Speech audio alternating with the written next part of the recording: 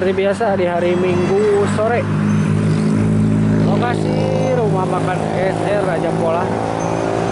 Banyak bocil, ibu-ibu, bapak-bapak, para pemuda semuanya berkumpul di pinggir jalan menunggu bis berburu basuri agenda mingguan.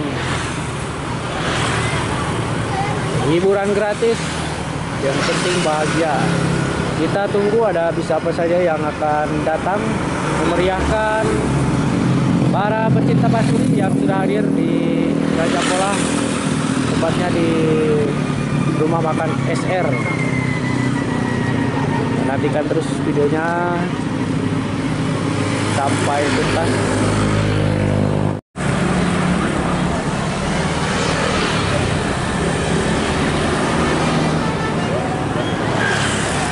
Anggana Putra Rahayu Sri Kandi, ada DMH juga di belakang. Wow, masih jauh.